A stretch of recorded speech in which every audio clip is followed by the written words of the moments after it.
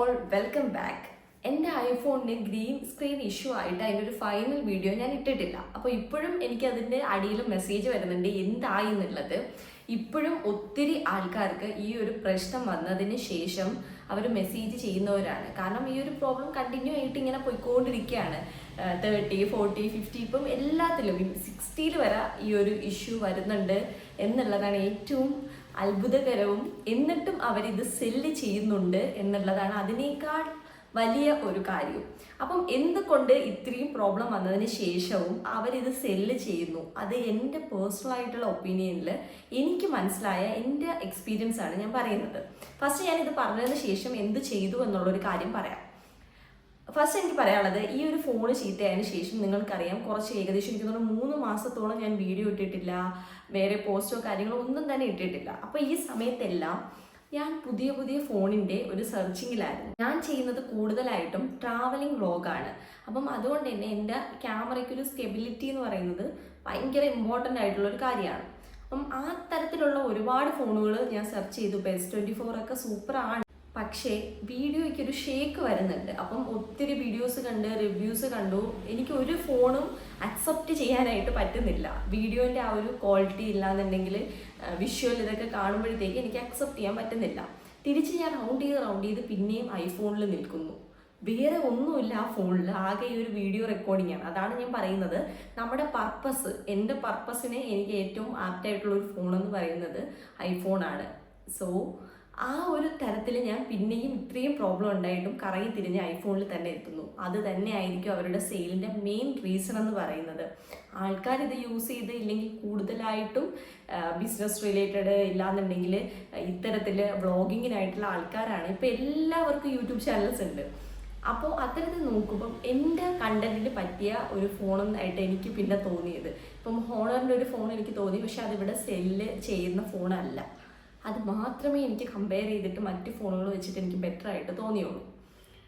So അപ്പോൾ എനിക്ക് അതിൻ്റെ ഏകദേശം അവരുടെ മാർക്കറ്റിംഗ് എന്താണ് എന്നുള്ളത്. അപ്പം ഞാൻ ഈ ഒരു ഫോൺ പിന്നെയും ഞാൻ കറങ്ങി ഈ ഒരു ഐഫോണിലെത്തിയെന്ന് പറഞ്ഞല്ലോ. ആ സമയത്ത് ഞാൻ ചിന്തിച്ചു, ഇനിയും ഒരു പ്രോ മാക്സ് സീരീസ് എടുക്കാനായിട്ട് വയ്യ, ഇത്രയും വലിയൊരു ബഡ്ജറ്റ് ആവുന്നുണ്ട്. അപ്പോൾ 60 എടുത്താലോ, അല്ലെങ്കിൽ 16+ എടുക്കാം. അപ്പോൾ ആ ഒരു ബഡ്ജറ്റ് റേഞ്ചിൽ അത് നിൽക്കും എന്നുള്ളൊരു പ്ലാനിൽ. ഇനി ഞാനിത് പറയാൻ പോകുന്നത് 60 എടുക്കാനായിട്ട് പോകുന്നവർ ശ്രദ്ധിക്കേണ്ട കാര്യമാണ്. 16 എടുത്ത് എൻ്റെ ഫ്രണ്ട്സിനോടൊക്കെ ഞാൻ ചോദിച്ചു, അവരുടെ കയ്യിലൊക്കെ വെറും 60 അല്ല 16 പ്രോയും പ്രോ മാക്സും യൂസ് ചെയ്യുന്നവരാണ്. അവരോട് ഇത് എടുത്തതിന് ശേഷം അവരൊക്കെ ഇറങ്ങിയ അന്ന് തന്നെ എടുത്ത ആൾക്കാർ വരെ ഉണ്ട്. അവരോട് ചോദിച്ചപ്പോൾ അവർ പറഞ്ഞതാണ് ബാറ്ററി ബാക്കപ്പ് തീരെ ഇല്ല. അപ്പം എനിക്ക് ഭയങ്കര, നമ്മൾ ബാറ്ററി ബാക്കപ്പ് എന്ന് വെച്ചാൽ 14 എനിക്ക് അടിപൊളി ബാറ്ററി ബാക്കപ്പാണ് എനിക്ക് കിട്ടിയത്. സോ അതില്ല. പിന്നെ ഇതിൻ്റെ ഈ ഒരു ആക്ഷൻ ക്യാമറ ബട്ടൺ സൈഡിൽ കൊടുത്തേക്കുന്നത് ഒരു യൂസും ഇല്ല, വെറും ചവർ സാധനം എന്നാണ് അവരൊക്കെ പറയുന്നത്. ഒട്ടും ഇഷ്ടപ്പെട്ടിട്ടില്ല എന്നുള്ളത്. ഇത് പിന്നെ യൂസ് ചെയ്ത് ഇപ്പം നിങ്ങൾക്ക് ഓൾറെഡി അറിയാം, പല ഇൻഫ്ലുവൻസേഴ്സും ഇപ്പം വീഡിയോസിൽ ഇട്ടിട്ടുണ്ട് 60 എടുത്തിട്ട് റെക്കോർഡിങ് ചെയ്യാനായിട്ടുള്ള ഇഷ്യൂ കാര്യങ്ങളൊക്കെ. തീർച്ചയായിട്ടും അത് അവർ പറയുന്നുണ്ട്. പക്ഷേ അപ്ഡേഷൻ കഴിയും തോറും ഇതിന് മാറ്റം വരുന്നുണ്ട്.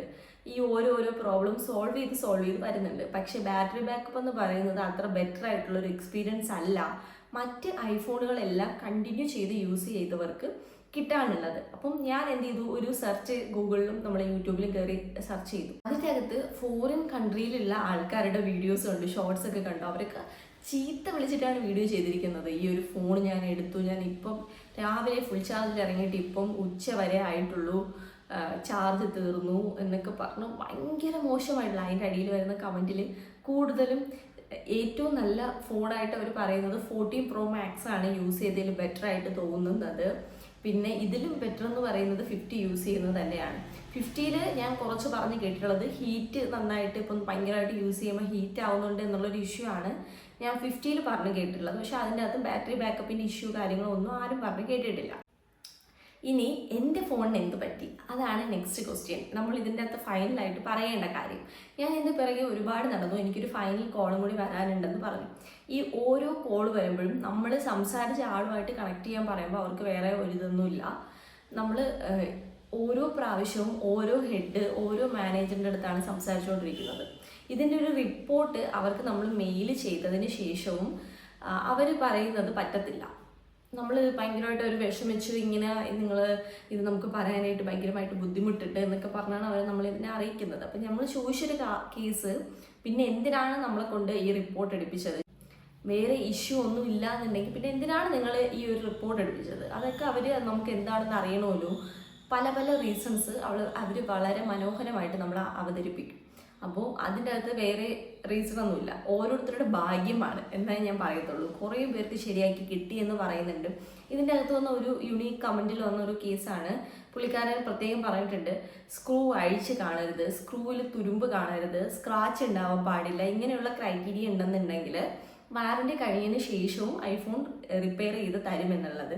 മേ ബി ചിലപ്പം കൊടുത്തിരിക്കാം, എനിക്കറിയത്തില്ല, എനിക്ക് കിട്ടിയിട്ടില്ല. എൻ്റെ റിപ്പോർട്ടിൽ പ്രത്യേകിച്ച് ഒരു പ്രോബ്ലം ഉള്ളതായിട്ട് മെൻഷൻ ചെയ്തിട്ടും ഇല്ല. അപ്പോൾ പിന്നെ എന്തുകൊണ്ടാണെന്ന് ചോദിച്ചാൽ എനിക്കറിയത്തില്ല, അത് ഓരോരുത്തരുടെ ലക്കായിരിക്കാം. സോ ഞാൻ ഇതിന് പിറകെ നടന്നതിന് ശേഷം എനിക്ക് പിന്നെ ഒത്തിരി പേജുകൾ അയച്ചു തന്നു എല്ലാവരും. ഇൻസ്റ്റാഗ്രാമിലും അതുപോലെ തന്നെ മെയിലായിട്ടും ഒക്കെ പേജുകൾ അയച്ചു തന്നു, കമൻ്റായിട്ട് ഇട്ടു കുറേ പേജുകൾ. ഈ പേജുകളെല്ലാം തന്നെ നമുക്ക് ചീപ്പ് റേറ്റിൽ ഈ ഫോൺ ശരിയാക്കാൻ പറ്റുന്ന പേജുകളാണ്.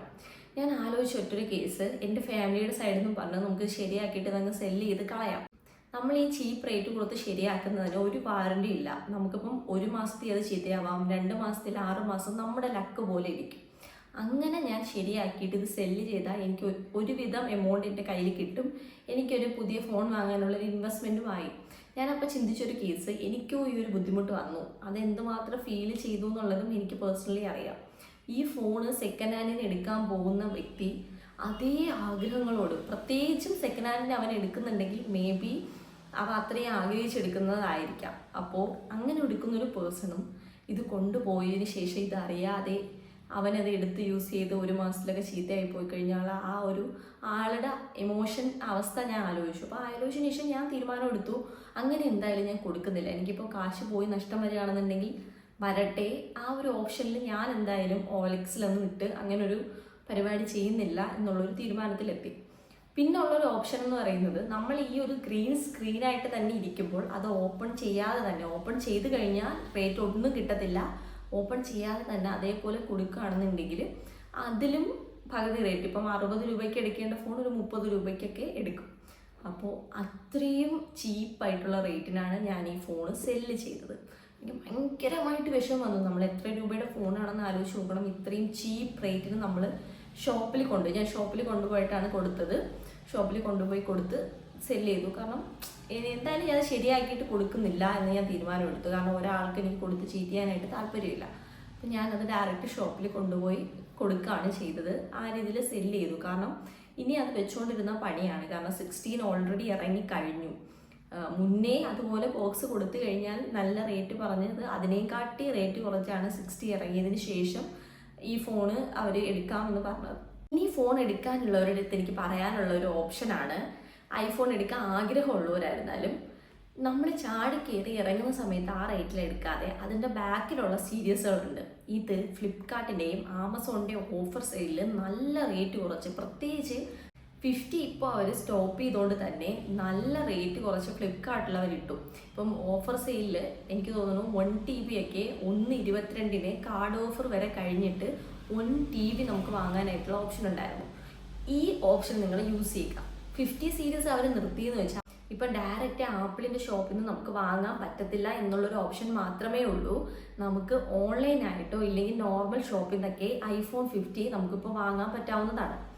50 എന്നല്ല, 50യുടെ ഏത് സീരീസ്, അതായത് നിർത്തലാക്കിയ പ്രോ മാക്സ് സീരീസുകൾ നമുക്ക് വാങ്ങാനായിട്ടുള്ള ഓപ്ഷൻ ഉണ്ട്. ഇതിന് വാറണ്ടി ഉണ്ടോ എന്ന് ചോദിച്ചാൽ ഉണ്ട്, നമുക്ക് വാറണ്ടി ഉണ്ട്.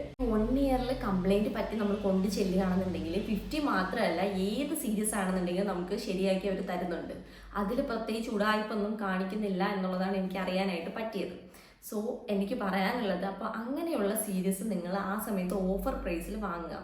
ഈ വാങ്ങുന്നതിൻ്റെ ബെനിഫിറ്റ് നമുക്ക് 256 വാങ്ങുന്ന പ്രൈസിലാണ് നമുക്ക് 1 TB വരെ വാങ്ങാൻ പറ്റുന്ന, അതിലും താഴെയുള്ള പ്രൈസിൽ. എന്നിട്ട് നിങ്ങൾ ആപ്പിൾ കെയർ പ്ലസ് വാറണ്ടി 40, 50, 60ക്കൊക്കെ 30 രൂപയോളം അടുപ്പിച്ചാണ് വരുന്നത്. ആ ഒരു പ്ലാനും കൂടി വാങ്ങിയിടുക. അതിൻ്റെ ബെനിഫിറ്റ് എന്താണെന്ന് ഞാൻ പറഞ്ഞുതരാം. ഇത് വാങ്ങിയിട്ടുള്ള പല ആൾക്കാരും ചെയ്യുന്നത് എന്താണെന്ന് ഞാൻ അന്വേഷിച്ചു. എല്ലാവരും ഇത് ഭയങ്കര ഹാർഡായിട്ടുള്ള യൂസ് ചെയ്യുന്നുണ്ട്. എന്നിട്ട് ഇത് വാറണ്ടി കഴിയുന്നതിൻ്റെ കുറച്ച് മുന്നേ ആയിട്ട് നല്ല രീതിയിൽ ഇത് ഡാമേജ് ആക്കും എന്ന് വെച്ചാൽ ഇത് ശരിയാക്കി തരാൻ പറ്റാത്ത രീതിയിൽ അവർ ഡാമേജ് ആക്കും. എന്നിട്ട് കൊണ്ടുപോയി ഷോപ്പിൽ കൊടുത്തതിന് ശേഷം ഇവർക്ക് ആ സമയത്ത് ഇത് ശരിയാക്കാൻ പറ്റാത്തത് കൊണ്ട് തന്നെ ഫുൾ ബോക്സ് ആയിട്ടുള്ള ഐഫോണിൻ്റെ നോർമലി നമുക്ക് കിട്ടുന്ന ഫുൾ ബോക്സ് കിട്ടും. പക്ഷേ അതിൻ്റെ അകത്ത് മെൻഷൻ ചെയ്തേക്കും ഇത് ഇങ്ങനെ റീഇഷ്യൂ ചെയ്തതാണ് എന്നുള്ളൊരു ഡീറ്റെയിൽ അതിൻ്റെ അകത്ത് മെൻഷൻ ചെയ്തേക്കും. ഈ ഫോണുകൾ ഇതേ റീസൺ പറഞ്ഞുകൊണ്ടില്ലെങ്കിൽ ഇങ്ങനത്തെ ബോക്സ് ആണ് എന്ന് പറഞ്ഞത് കൊണ്ട് തന്നെ നമുക്ക് മറ്റ് ഷോപ്പിൽ വിൽക്കാനായിട്ടുള്ള ഓപ്ഷൻ ഉണ്ട്. ഇപ്പം നമ്മൾ യൂസ് ചെയ്തുകൊണ്ടിരുന്ന ഒരു ഫോൺ വിൽക്കുകയാണെന്നുണ്ടെങ്കിൽ നമുക്കൊരു 80,000 രൂപ കിട്ടുമെങ്കിൽ ഫുൾ ബോക്സ് ആയിട്ടുള്ള ഇത്തരം ബോക്സുകൾ യൂസ് ചെയ്യുകയാണെങ്കിൽ നമുക്ക് 1,00,000 രൂപ 1.25 ഒക്കെ കിട്ടാനായിട്ടുള്ള ചാൻസസ് ഉണ്ട്. എന്ന് വെച്ചാൽ ഇതിനെക്കാട്ടി ഹ്യൂജ് എമൗണ്ട്, കാരണം 100% ബാറ്ററി ഉണ്ട്. ഈ ഒരു കാര്യം മാത്രം മെൻഷൻ ചെയ്തേക്കും. അപ്പോൾ അത് സെക്കൻഡ് ഹാൻഡിന് ഈ ഒരു ഫോൺ എടുക്കാനായിട്ട് ഒത്തിരി ആൾക്കാരുണ്ട്. സോ ഈ ഫോണിൻ്റെ ഈ എമൗണ്ട് എന്ന് പറയുന്നത് അവർ കയ്യിൽ ഹോൾഡ് ചെയ്ത് വെച്ചിട്ട് അടുത്ത സീരീസ് ഇറങ്ങുമല്ലോ, ഇപ്പം 70 ഇറങ്ങുന്ന സമയത്ത് അതിലേക്ക് ഇൻവെസ്റ്റ് ചെയ്യും. ഇതാണ് നോർമലി ഇവർ ചെയ്യുന്ന ഒരു പാറ്റേൺ. അപ്പം ഞാൻ പറയുന്നത് നിങ്ങൾ ഈ ഒരു പ്ലാൻ എടുത്തിട്ട് എന്തുകൊണ്ട് അത് മാക്സിമം അങ്ങോട്ട് യൂസ് ചെയ്യിക്കാം. ഇങ്ങനെയുള്ള ഓഫർ പ്രൈസിൽ വാങ്ങുകയാണെന്നുണ്ടെങ്കിൽ നമുക്ക് ആ ഒരു ഫോണിൻ്റെ വിലയ്ക്ക് തന്നെ ഈ ഉള്ള നമ്മൾ ആപ്പിൾ കെയർ പ്ലസ് പ്ലാനും കൂടി നമുക്ക് വാങ്ങാനായിട്ട് പറ്റും. അപ്പോൾ അത് മാക്സിമം നിങ്ങൾ ശ്രദ്ധിക്കാം. ഇനി വേറൊരു കേസ് എനിക്ക് ലാസ്റ്റായിട്ട് പറയാനുള്ളത്, ഇനി നമ്മൾ ഈ ഒരു 6 മന്തിനുള്ളിൽ ഏത് സീരീസോ ആയിക്കോട്ടെ, 60-ഓ 30-ഓ 40-ഓ ആയിക്കോട്ടെ, 1 ഇയറിനുള്ളിൽ കംപ്ലൈൻറ്റ് ആയിക്കഴിഞ്ഞാൽ അവർ ശരിയാക്കി തരുന്നുണ്ട്. അതുപോലെ നിങ്ങളൊരു 12 മാസം തികയാനായിട്ട് നിൽക്കരുത്. അതിൻ്റെ ഒരു 1 വീക്ക് മുന്നെയെങ്കിലും ഈ ഫോണ് കൊടുത്തങ്ങ് സെല്ല് ചെയ്തിട്ട്, ഇപ്പോൾ നിങ്ങൾ 30 യൂസ് ചെയ്യുകയാണെങ്കിൽ അടുത്ത 40ലേക്ക് അത് ഇൻവെസ്റ്റ് ചെയ്യുക, അല്ലെങ്കിൽ 50ലേക്ക് ഇൻവെസ്റ്റ് ചെയ്യുക.